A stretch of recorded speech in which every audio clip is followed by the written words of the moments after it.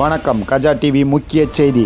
இஸ்லாத்திற்காக தன்னையே அர்ப்பணித்து பத்ர் புரிந்து வெற்றி கண்ட தியாகச் செம்மல்களின் நினைவை கொண்டாடும் வகையில் பத்ர் ஹபாக்களின் நினைவு தின விழா இடலாக்குடி முஹைதீன் பள்ளி தெருவில் இளைஞர்கள் பத்ரியா சங்க தலைவரும் முன்னாள் கவுன்சிலருமான ஹாஜிபாபு தலைமையில் நடைபெற்றது. துவக்க விழா நிகழ்ச்சியாக சமுதாய தலைமை இமாம் மௌலி ஷேக் முகமது சமாதானி தலைமையில் சமுதாய ட்ரஸ்ட் பொருளாளர் முகமது இப்திகார், அஸ்ஸைகு அப்துல் ரசாக் கதிரி, மௌலி நூருல்லா மிஸ்பாயி, டாக்டர் அசாதுதீன், இன்ஜினியர் முகமது பிள்ளை, ஹாஜி பசீர் அகமது, பீர் முகமது, ஊனா எம்என் சாகுல் ஹமீது, விஎம் அன்வர் அலி, புனியான் சாதிக், அக்திகுர் ரஹ்மான், முகமது சாலி, ஹாஜா பத்ருதீன், பசுல் ஹரீம், நபில் ஆகியோர் முன்னிலையில் தொழிலதிபர் ஹாஜி எஸ்ஐ ஜாபர் சாதிக் பிறைக்கொடியினை ஏற்றி வைத்தார். நிகழ்வில் ஏராளமான பொதுமக்கள் கலந்து கொண்டனர்.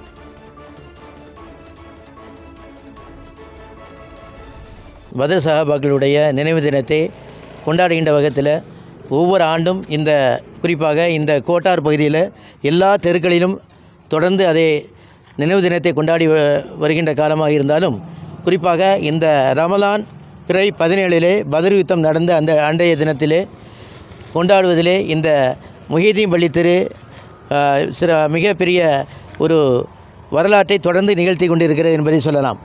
காரணம், இன்றைக்கி ரமலான் மாதத்தில் சஹாபாக்கள் கத்தியின்றி இரத்தமின்றி போரிட்டு வென்று இஸ்லாத்துக்காக பல்வேறு வகையிலே தங்களை தன்னுயிர் ஈர்த்த அந்த தியாகச் செம்மல்களுடைய நினைவை கொண்டாடுகின்ற வகையில் இன்றைக்கு பத்ர் சஹாபாக்கள் விழா ஒவ்வொரு ஆண்டும் ஒவ்வொரு இடங்களிலும் உலகம் முழுவதும் கொண்டாடப்படுகின்ற ஒரு அற்புதமான நிகழ்வாக இருந்து கொண்டிருக்கிறது.